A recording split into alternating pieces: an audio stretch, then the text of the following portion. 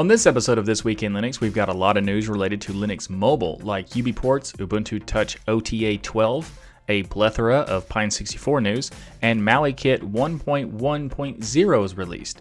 We'll also talk about the current beta release for KDE's Plasma 5.19, and we've got many more project releases like Pi-hole 5.0, Ubuntu Unity Remix 20.04, Zabbix 5.0, LTS, Coreboot 4.12, and we're also going to be talking about a very interesting revelation from Microsoft where they admitted the company was wrong about open source. And we'll finish out the show with another great round of Humble Bundles. All that and much more coming up. I'm Michael TWinL with TuxDigital and the Destination Linux Network, and this is your weekly source for Linux GNews.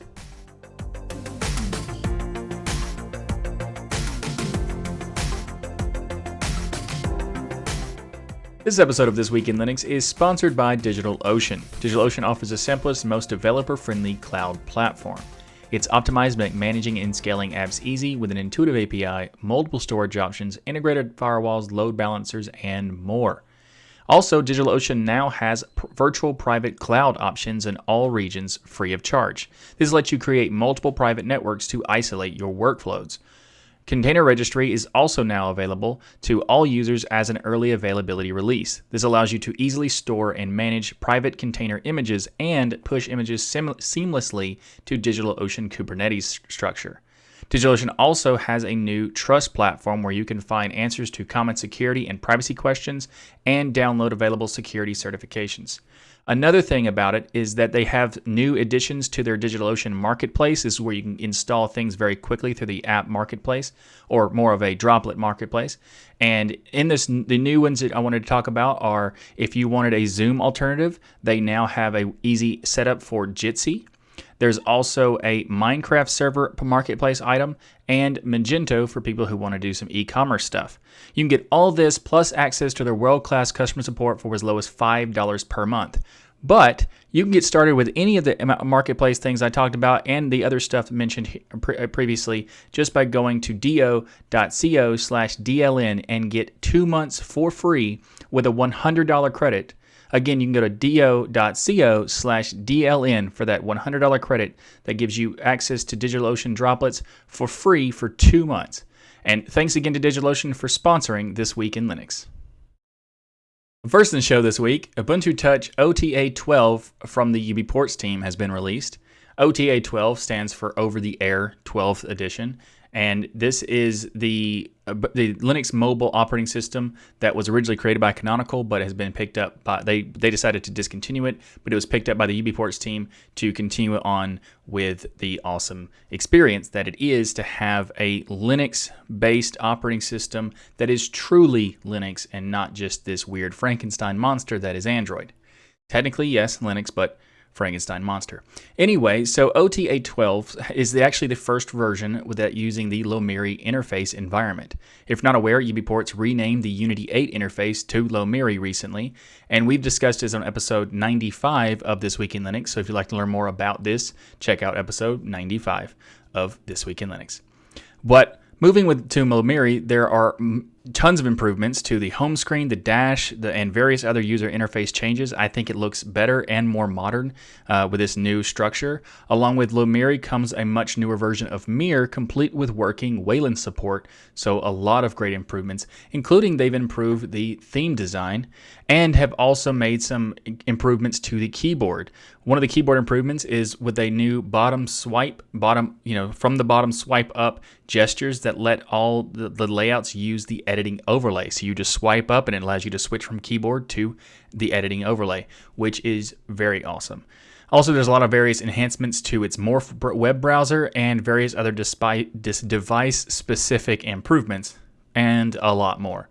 The kernel driver required for Anbox has been added to default kernels for the Nexus 5, OnePlus 1, and the Fairphone 2, so users of these devices will no longer need to flash a different kernel in order to experiment with Anbox, which is awesome. And they are now using their own Google OAuth for authentication to enable Google Contacts and calendar syncing. So this is really great news. huge update. I've been waiting for OTA-12 for a very long time, and I am a big fan of UBPorts and what they do. And in fact, we're going to be talking in an interview with Marius and Dalton from UBPorts on a future episode of Destination Linux, episode 175, which will be coming out not this week, but next week. So be sure to stick around for that, of course. If you haven't, be sure to go to the Destination Linux Network YouTube channel and subscribe there to be notified when that drops. Or you can go to destinationlinux.org for subscribing on the MP3 feed or whatever else you want to do. It's going to be really awesome to be able to talk to them about everything that's happening with OTA-12 and Lumiri, so I can't wait. But if you'd like to learn more about this particular release, I have a link to the release notes in the show notes below. Up next in the show, we have a plethora of Pine64 news.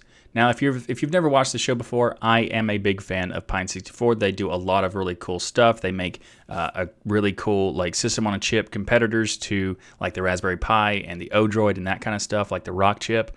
And they also are making a lot of Linux-based products now with the Pinebook, the Pinebook Pro, the Pine phones, and now the PineTab, as well as some others that they have announced. We're going to talk about all this stuff in this big update that they released this month. So let's just jump into it.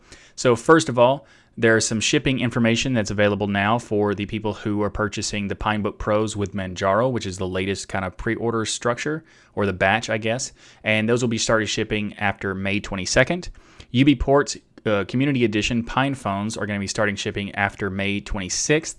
And they're also, as I said, they're using the UBPorts, so that's kind of connects really well with the previous topic. But in addition to that, the PineTab, which is starting this month for getting pre-orders, so you can now start to order it. They haven't said when it will ship, but they're doing the pre-order soon. And Pine is usually quick to do a turnaround, but especially considering this is a pilot production run, it's not like. Well, when they first did their Pine phone, they did a Braveheart edition. This is not named anything, but it is a limited quantity pilot production run that's similar to a Braveheart edition, but not exactly. So it's not meant for everyone. It's meant for like enthusiasts and early adopters and people who want to try it out and that kind of thing. But it's farther than a prototype, but not at the full market production version kind of thing. So it's like in between those two. But this also runs UBPorts Ubuntu Touch, so that's really cool. And you can get this in the pre-order this is the price regardless, but it's a $100 tablet or $99.99, but $100. And it also comes with a backlit keyboard if you want. It's a magnetic attachment keyboard, and that's a $20 add-on if you want to get that. So you could get the $100 PineTab, which is a really cool product that they're making, because I can't like the fact that there's not a full Linux tablet has been something I've been wanting for a very long time. So I'm really happy to see that someone's doing it, and especially with it being Pine64, because they've made a lot of really cool stuff. And I have I have the original Pinebook, and I'm going to be getting basically everything else. So I can't wait to try out the PineTab. But in addition to the PineTab having all this really cool stuff, it also has the ability to use adapters for having industry and individual based purposes. So for the industry people, there's something called LORA and RTL-SDR. I don't know what those are, but apparently they're for industries and not relevant to me. But what would be relevant to me is the individual user adapters for adding LTE to the tablet or adding SSD storage to the tablet, which is really awesome. And if that wasn't enough, there's even more news from Pine64 this month with the PinePhone multi-OS bootloader is coming. So many OSs are showing signs of maturing, and someone in the community, Danked12, he created a multi-boot menu, and it's said to use the eMMC and SD card. So this is awesome. You can already do a multi-boot of like using the SD card or the onboard storage, but now you can essentially use multi-boot regardless of which one instead of that. So it's kind of like it's just kind of improving that, making it a lot easier rather than having to take the SD card out and that kind of stuff. This allows you to actually do it through a menu, which is awesome. There's also wireless charging coming to the PinePhone via an add-on using the pogo pins in the back, which is awesome. And another thing that's going to be really cool is that, well, technically they haven't said they're going to be doing this. They're just exploring the possibilities of doing it. but they're probably going to do it. And it's a battery case for the Pine phone. So it's, have you ever seen some phones have like this additional thing? Well, not anymore, considering the batteries are not, you're not able to exchange them anymore, but like, or replace them. But some phones used to have the ability to install or use a case that has an extra battery that makes it a much bigger battery, but just using the case rather than having the phone have a big bulky thing. The case itself is the battery.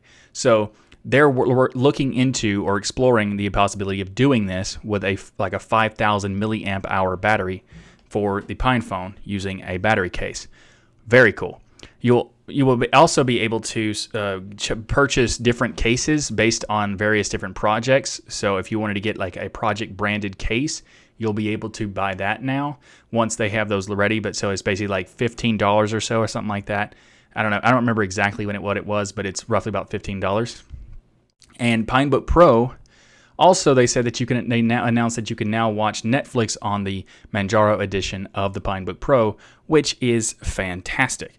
So there's sometimes issues when you have a new product that comes out that you weren't aware of because you couldn't test literally every scenario of every use case, and this is one of those things. But the Netflix is now working, which is great for a lot of people. But I think one of the most interesting things about this is that the Pinebook Pro is also going to be getting a dock. Well, this is essentially a USB dock that allows you to attach your Pinebook Pro to this device to extend its ports ability and its functionality. So the dock will go under the bottom of the Pinebook Pro chassis, and it will have all the ports facing towards the back of the laptop. And this docking station will offer 3 full-size USB 3.0 ports, a gigabit Ethernet port, full-sized and micro SD card slots, as well as both digital video and VGA output. The dock will also be capable of delivering power to the Pinebook via the USB connection, and it itself will be powered using a USB-C PD cable. This is really interesting. They're also saying that they're working on the final design of the dock. They don't really know exactly what it's going to look like right now, exactly. But they say they hope to be able to show photos of what it will look like next month. So very, very cool. This is already a cool laptop. I never thought about putting a dock to it, making it even better, but they did, so that is awesome. And they also say that you can purchase now in the Pine store. You can purchase spare parts for the Pinebook Pro, like getting replacement keyboards and that kind of thing if something happens or whatever, or if you just want to change the keyboard out from the UK to the US version or something like that. Very, very cool. And if that's not enough, we have even more news. Like, for example, the Pinebook Original, which is the one I have, this white one on the top of the stack. That one is the original Pinebook. That was the first edition that they ever made. And they also are making an update to that so that it's getting like a facelift and also improving certain pieces. So they're improving the overall layout of the system. They're also going to be doing some updates to the design. So they're going to make it instead of the white style, they're going to make a black chassis style, which is pretty interesting. There are some kind of things that are like a sort of a gotcha, but not really.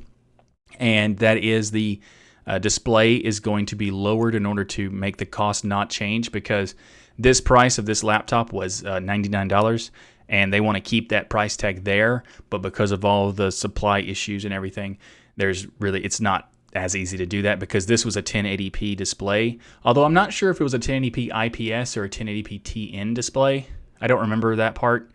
But the new one's going to be a 760p IPS display. So if this is a TN and that one's an IPS, the smaller resolution would still be a higher quality, but I'd have to check to make sure that's whether that's a TN or IPS. I don't remember. But anyway, we're going to move on to the final product that they talked about in this update, and that is the PineTime, which is a smartwatch.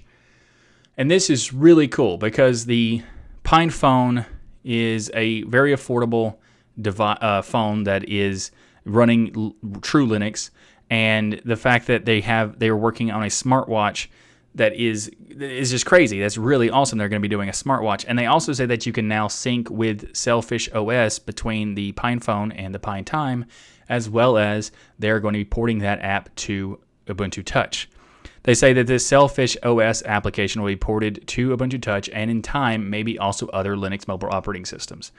He says that he suspects that while it may be possible to port this application to other Qt-based systems such as KDE Neon, Manjaro, or even Nemo Mobile, they'll probably need something else for the system to use the GTK stuff like Phosh and GNOME front ends and stuff like that. But in a recent tweet, UNL, I'm sorry, I probably said that wrong. In his tweet, he implied that he will be using GOTK3 to build GTK3 companion app for the PineTime, so it is possible that the entire ecosystem would have support for the PineTime using a sync with a Pine phone and even an Android phone if you wanted to do that. But it's really, really awesome that they're doing this kind of stuff because I've always been a fan of Pine64 ever since I got the Pine book. And when I first saw the Pine book, I was kind of skeptical. And then I used it for the first time. I was like, nah, not that good. Then I took it on a trip and fell in love with it because it is such a great travel laptop that I'm a big fan of it. So all the other stuff that they're making, I can't wait to get my hands on everything. And yeah, I plan on getting my hands on everything. And if you'd like to learn more about this stuff, I'll have links in the show notes to see if you'd like to get your hands on everything. And yeah, I can't wait to get all this stuff. This is, let's just move on before I just start, drooling over it. Up next in the show is some desktop environment news from KDE. So Plasma 5.19 beta is now ready for testing. So KDE Plasma 5.19, this is the first beta that's been released, and KDE describes the new beta as, in this release, we have prioritized making Plasma more consistent, correcting and unifying designs of widgets and desktop elements. They've also worked on giving you more control over your desktop by adding configuration options to the system settings and improved usability, making Plasma and its components easier to use and overall more pleasurable experience. I'm a big fan of KDE Plasma. This is actually what my desktop experience is every day. I prefer the KDE Plasma desktop. I'm not saying that you shouldn't use something else. If you want to, feel free. This is just my preference. I think Plasma is really cool. The defaults need a bit of work. I say this every time it's a qualifier that I have to say every time because while I'm a big fan of KDE Plasma, the first time you install it on some distributions, not the best experience. Ubuntu is a fantastic experience because they fix a lot of the nonsense defaults. So that's a good example of one that you should try out because they have fixed a lot of the nonsense. Also, Manjaro fixed a lot of the nonsense too. But there's also other distributions that have not fixed it and they use the vanilla, which is not that great.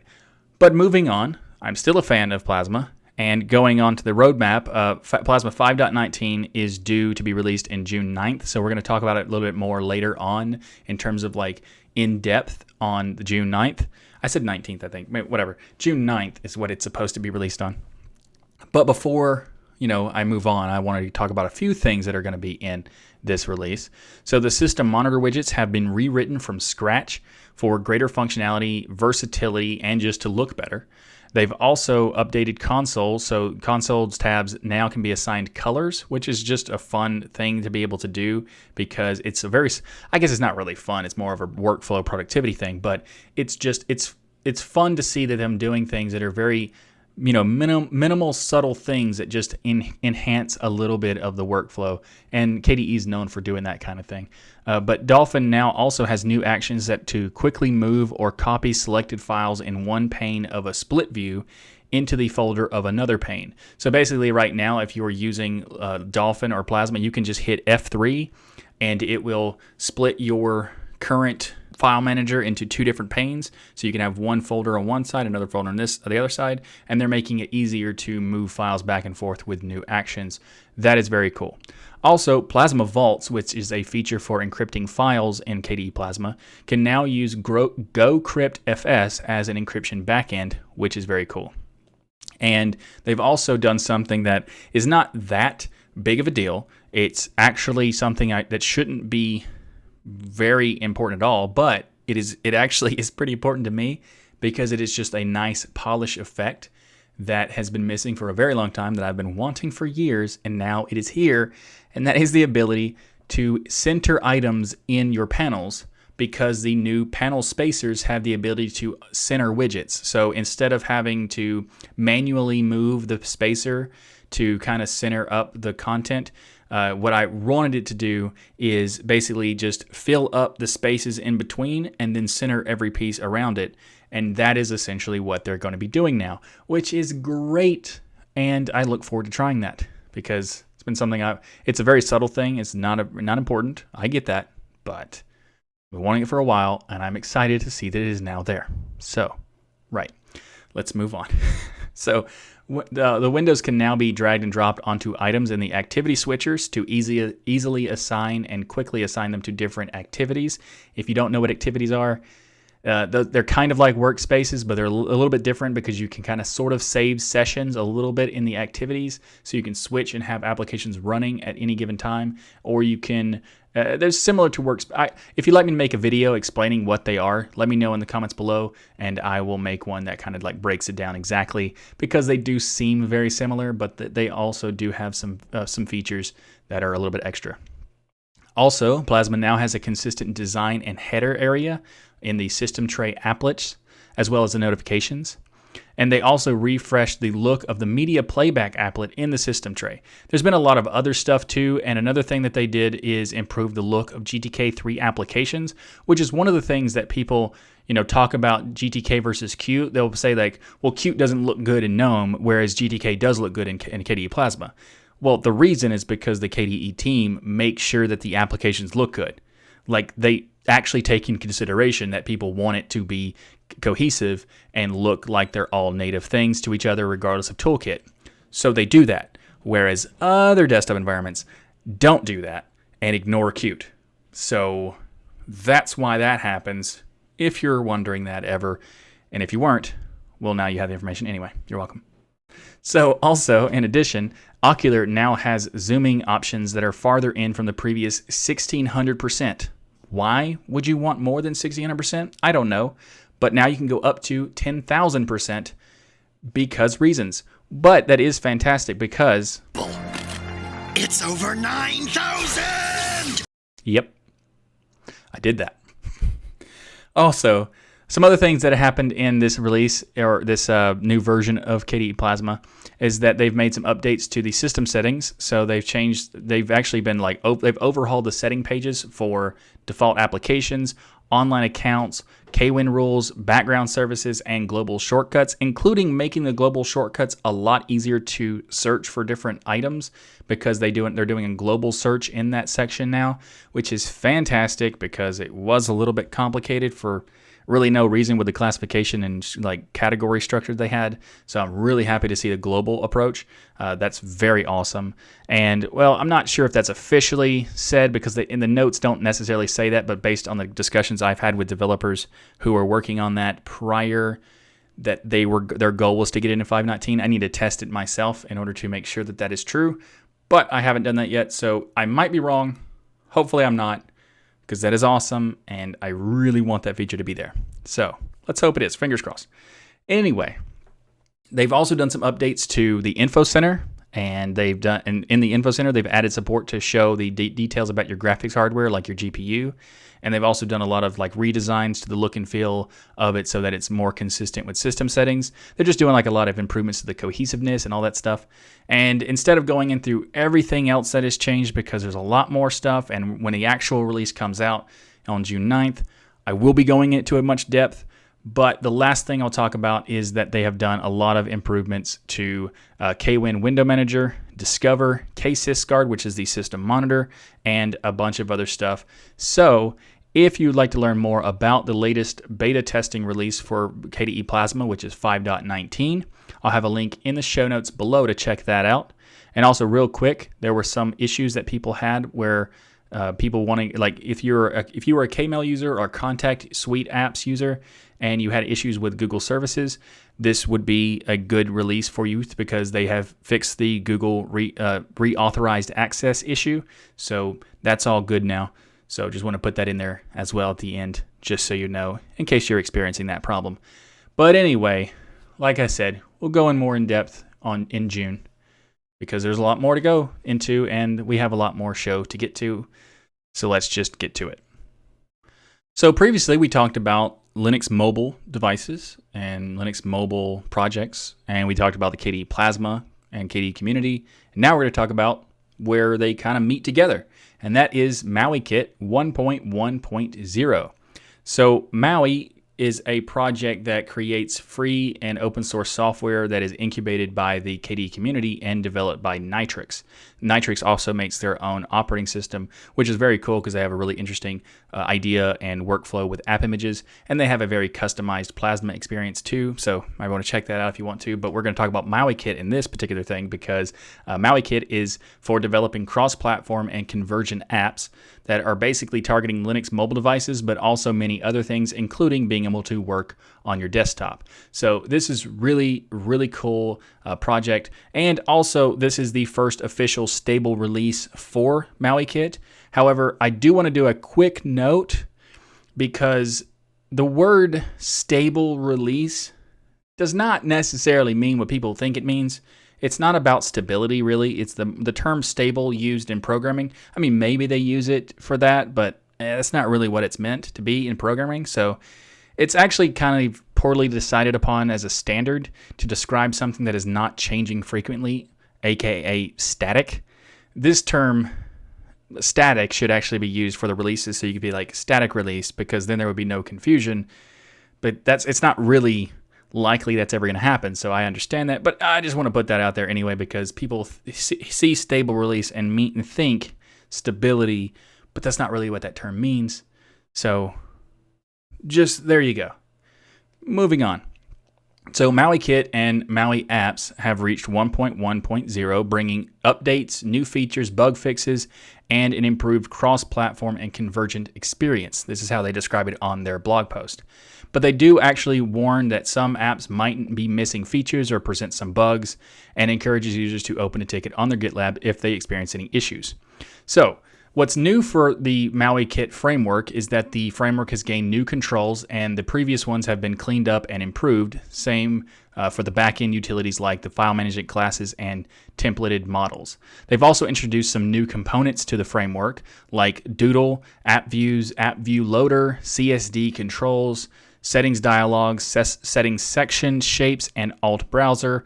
I wanted to talk mostly about Doodle because I think it's kind of fun what it does. It's essentially a component that sits on top of stuff that makes it possible to write quick notes over images or over other components. Really interesting approach to that. They also have their own apps. Essentially, Maui Project provides 9 applications to cover the basic set of standard utilities, although there's 2 of them that are not available in this release as far as like they weren't ready at the time, which is the document viewer and their video player. But they did have the rest of them that are in this release. So Maui Project says that some of the apps are in different states. Most of them are stable, some of them are more feature-rich, and some others are in early stages. That's the reason for the differentiation between whether they're in this release or not. And in this release, there's actually a file manager called Index, music player called, I don't know, it's VVAVE, so it's VVAVE, or, like a weird spelling of wave.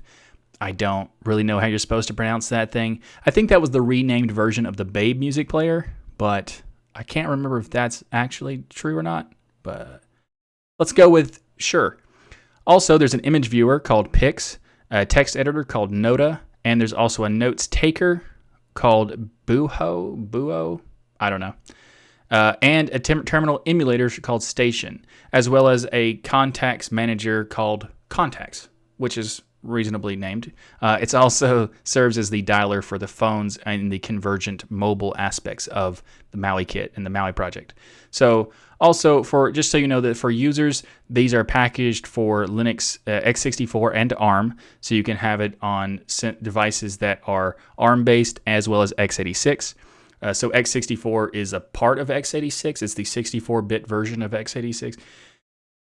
We can go into that later if you want. Comments down below if you want a video about the different architecture descriptions and how they work and the differences and how, actually the difference between different versions of ARM, in fact, because there's a lot of big differences in those. Anyway, if you're interested about that, comment below and let me know. So also these devices will have support for like Plasma Mobile, APKs for Android, and even Windows installers for the 64-bit version. of Windows.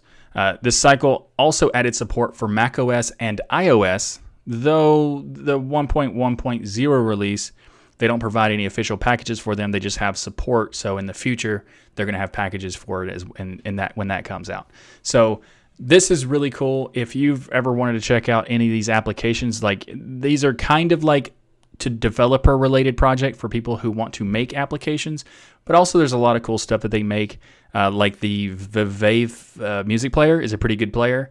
I don't know how to say it, but I have used it and it is pretty cool. So if you'd like to check it out, I have a link to all this in the show notes below. Up next in the show is Pi-hole 5.0 has been released.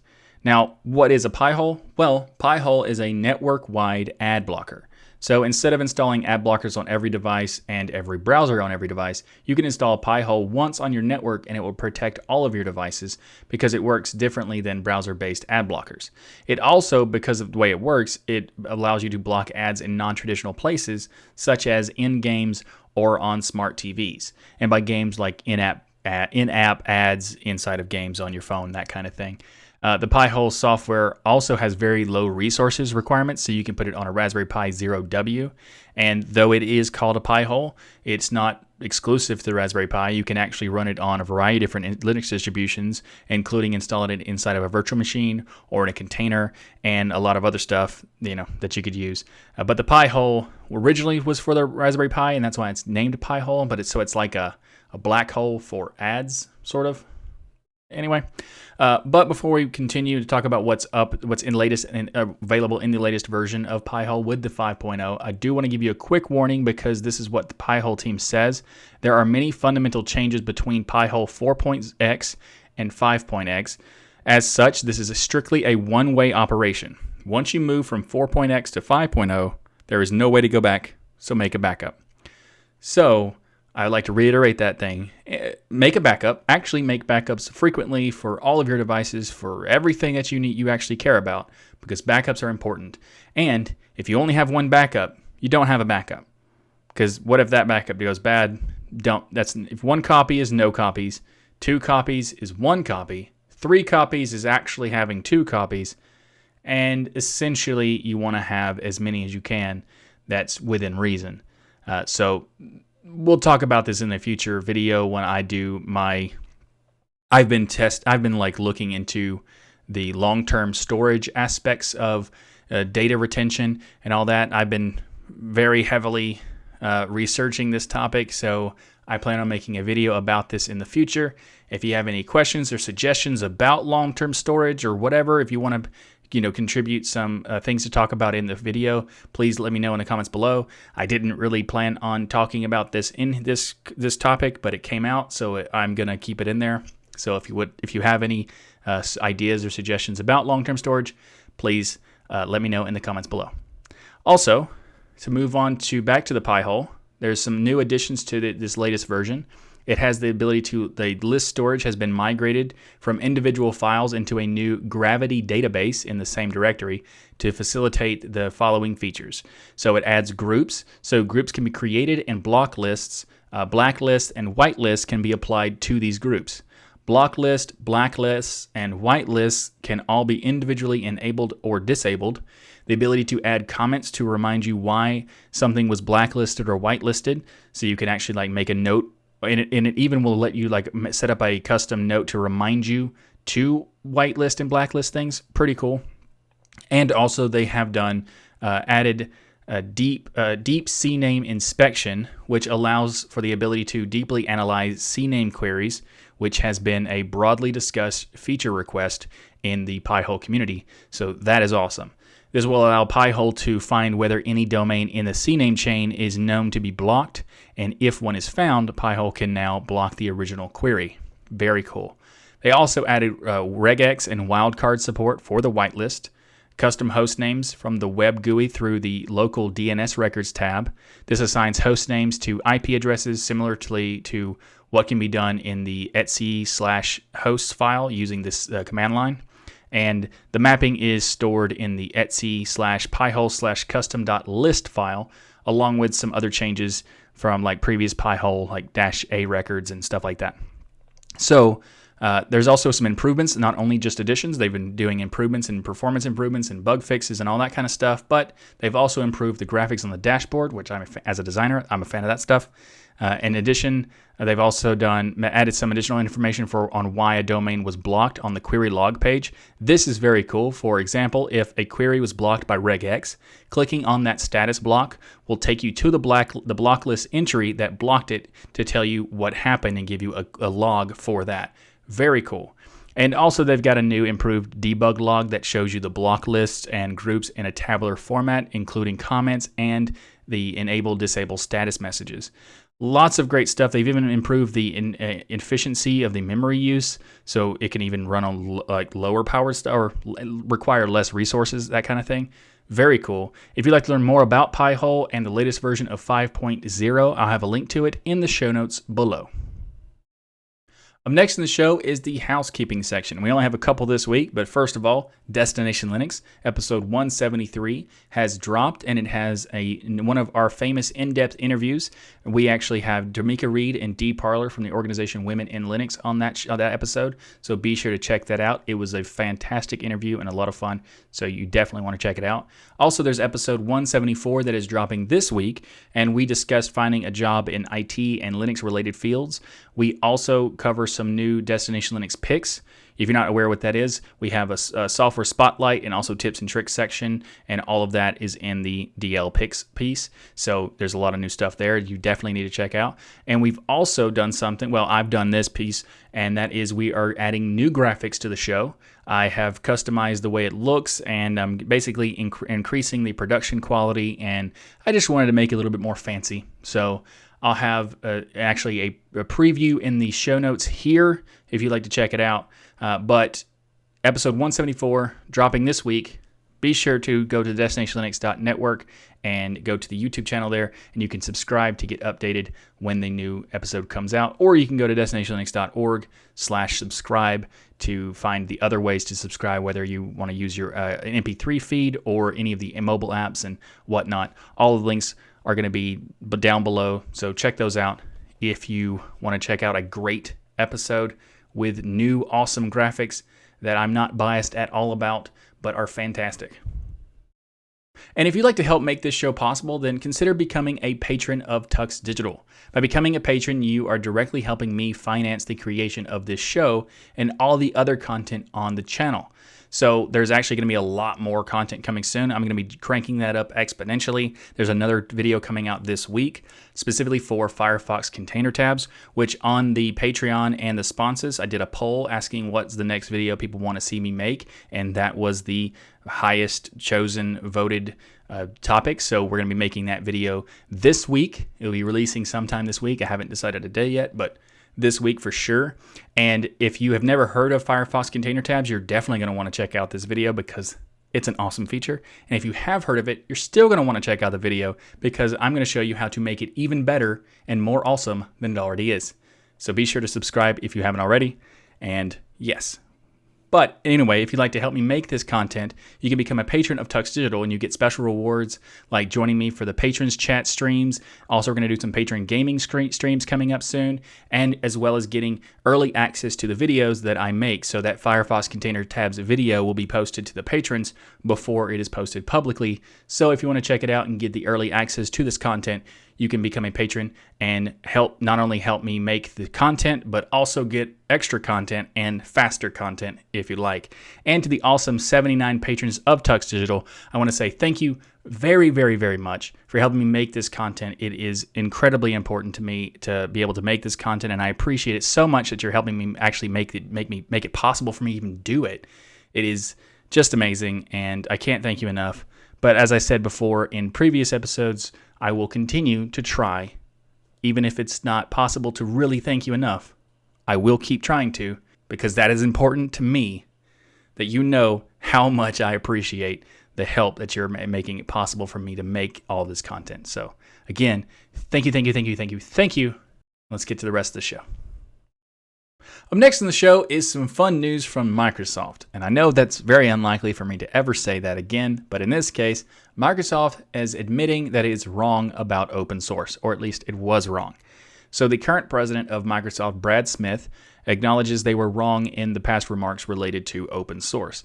So Brad Smith has served as the president of Microsoft since 2015, and he held a virtual talk / fireside chat with MIT SCAIL or CSAIL department, and various technology topics were discussed in this chat. So this is a quote from Brad Smith. He says that Microsoft was on the wrong side of history when open source exploded at the beginning of the century. He also says that I can say that about me personally as well. The good news is that if life is long enough, you can learn that you need to change. Today, Microsoft is the single largest contributor to open source projects in the world when it comes to businesses. When we look at GitHub, we see it as the home of open source development, and we see our responsibility as its steward to make it a secure, productive home for developers. So basically, it's also a pitch for GitHub and promoting themselves as being so great, and they do all this awesome stuff. But on the underlying thing, they're basically admitting they were wrong about open source, which is great to finally see that them acknowledging that they were awful towards the community for a very long time, and maybe they have changed. I don't think so. Well, they've definitely changed a little bit, because the majority of the people who were awful during that period are no longer a part of the company, like Steve Ballmer and Bill Gates are no longer running the company, and that's why it's no longer anti-Linux and anti-open source, because they were the people who were, spearheading that stupid decision. So, in fact, Steve Ballmer called Linux a cancer. If you didn't know that, that's what he did. And he even admitted in 2016 that he was wrong about calling Linux a cancer. So, it's very, very nonsense that they said this in the first place. But it's nice to see that the current people in charge of Microsoft are aware of how ridiculous those statements were and how important open source is to, well, just computing in general and software development and all that stuff. So very cool.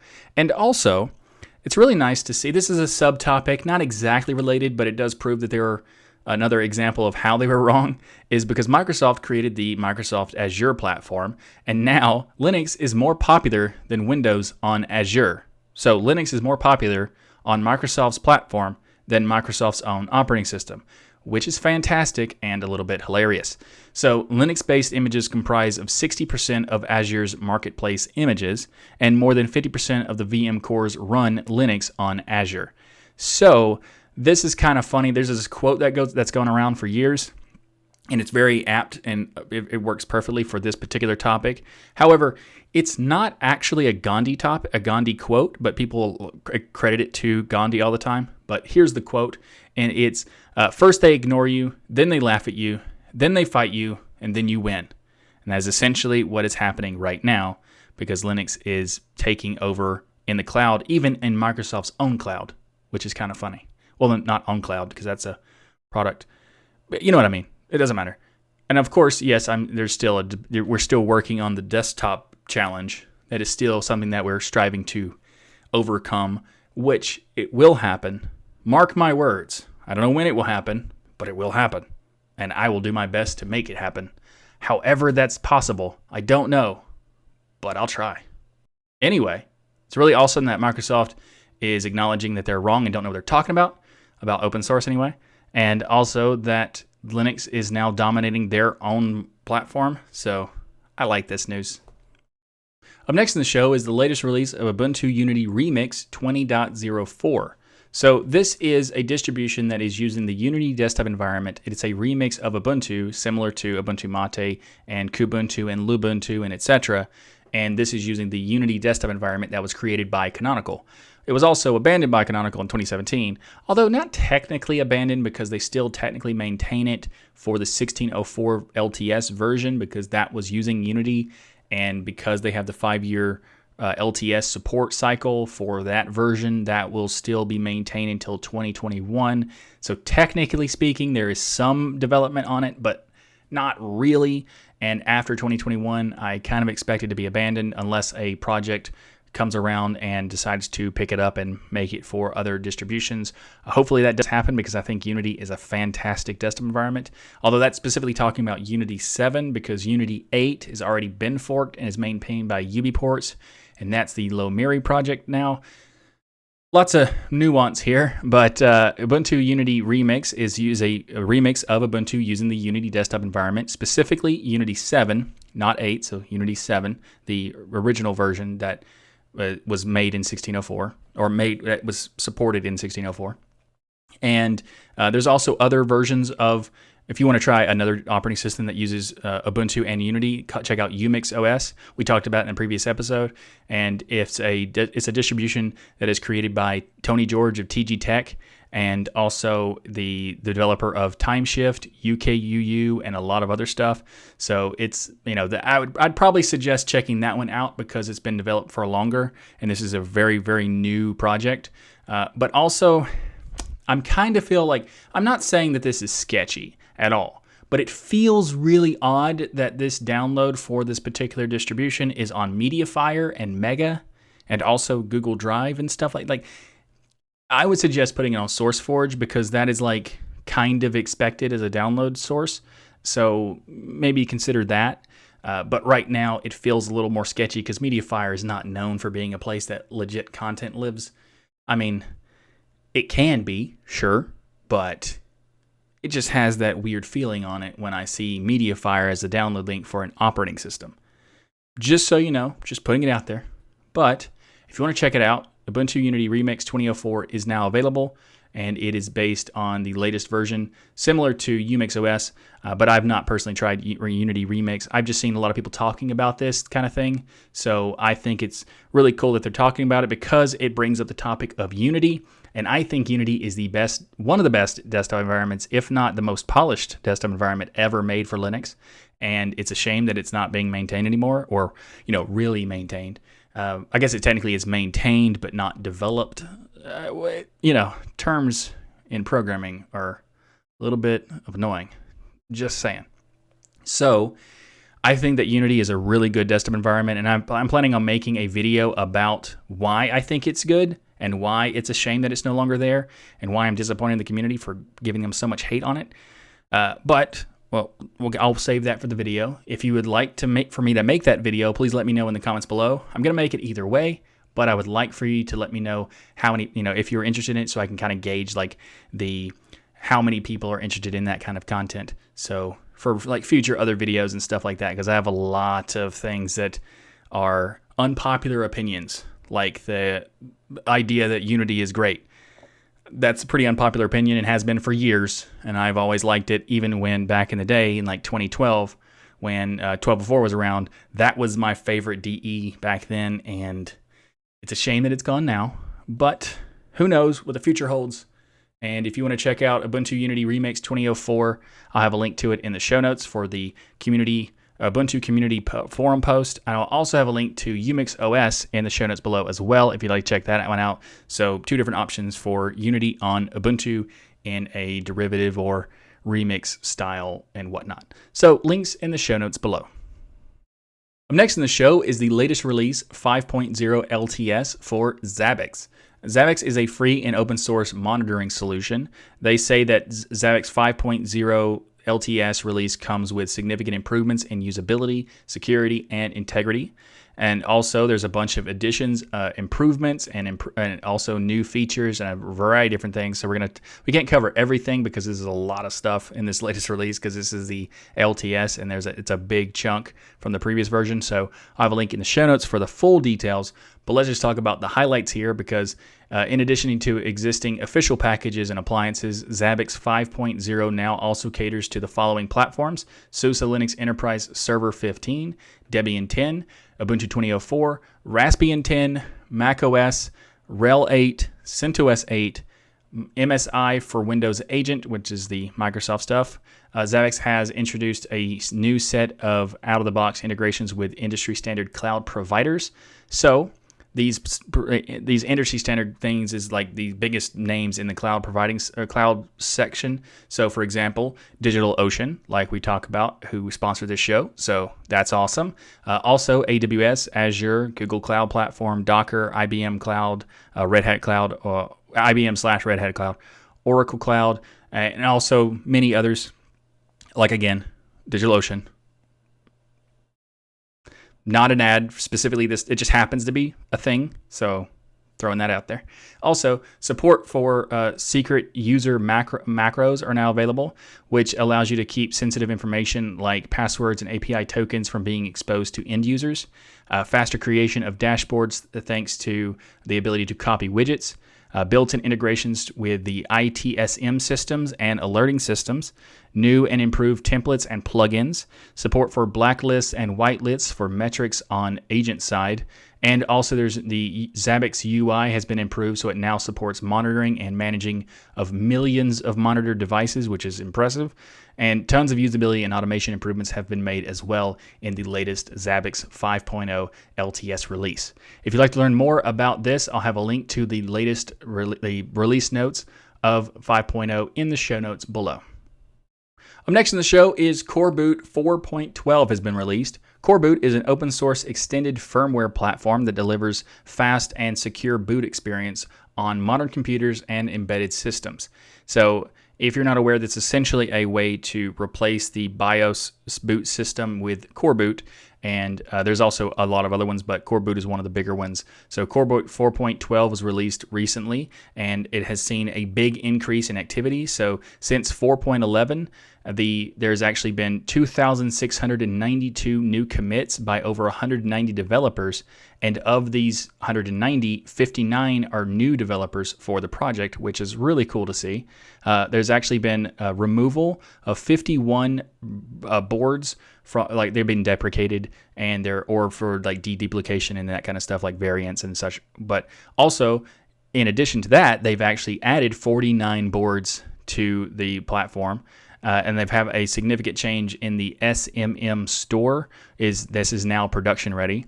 SMM store is a SMM mediated driver to read from, write to, and erase a predefined region in Flash. Unit testing of Coreboot is now possible in a more structured way with new build systems and adoption of the Simoca framework. I don't know how you're supposed to say that one, but there you go. But yeah, if you'd like to learn more about Coreboot 4.12, I have a link to it in the show notes below. Up next in the show is some more Humble Bundles. Last week we talked about the Humble Bundle Bonanza that was happening, and there's even more this week. So the some that we talked about last week are still available. We'll kind of briefly talk about some of that, but most we're going to talk about the new things, the new bundles that are out now this week. So first of all, Humble Indie Bundle 21. This is a game bundle, and this is based on the original Humble Bundles, which were indie-based games, and this is the 10 years anniversary of the first Humble Bundle, and this is now like specifically for indie-related games. So Hotline Miami, Beat Cop, Dust Force DX, Moonlighter, Hypnospace Outlaw, and Starbound are all available in this particular bundle and run on Linux. There's also another games bundle called Humble Bandai Namco Bundle 4. I don't know if the Bandai part is correct. I probably butchered that, but it is what it is. There are multiple games that support Linux in this in some way. First of all, there's a native game, Pac-Man 256 or 256. There's also 2 Platinum games that are for ProtonDB Platinum. That's .hack, The Last Recode. Also, Katamari Damacy Reroll. Now, this is a game that when I first saw the name, I was like, I don't know what this is. But I actually do remember what it was. A long time ago, there was this game called Katamari Damacy. I don't know how to say that part, but it's a weird like collection bundle game where you kind of start like running over things and collect it and try to keep the ball rolling. As more you collect it, the more hard it is to control it and all this other stuff. So it's a pretty interesting game, and if you want to check it out, it does work on Linux via Platinum on Proton. There's also 4 games that are gold rating on Proton. One is called Enslaved, Odyssey to the West, Get Even, Tales of Berseria, and Tekken 7, which is very cool because that's a big brand game. And Tekken 7 is also not only gold on the Proton DB, it's also whitelisted by Valve to support. So if there is an issue where it doesn't work, they will make it work. So that's awesome. And also, there's a new bundle called the Learn You Some Python bundle. So it has ebooks like Automate the Boring Stuff with Python, and also Practical Programming for Total Beginners, Cracking Codes with Python. It's an introduction to building and breaking ciphers, Invent Your Own Computer Games with Python, Python Crash Course, a hands-on project-based introduction to programming with Python, and many more. There's actually 14 items in this bundle. If you'd like to check it out, links in the show notes below. Also, there's a Humble Learning, Game Coding, and Development bundle. So on this, you can get on-demand project-based courses featuring video lessons, PDF notes, and full source code related to a variety of different things. There's 25 courses in this bundle, and just we're going to list a couple, or not a couple, but a few. Godot Game Development for Beginners, Intro to RPG Development with Phaser, Unity 3D and 2D projects, C++ Programming for Beginners, Learn Python Programming by Making a Game, and Complete Blender course. So there's a lot more of that as well. Links in the show notes below. Of course, affiliate links also.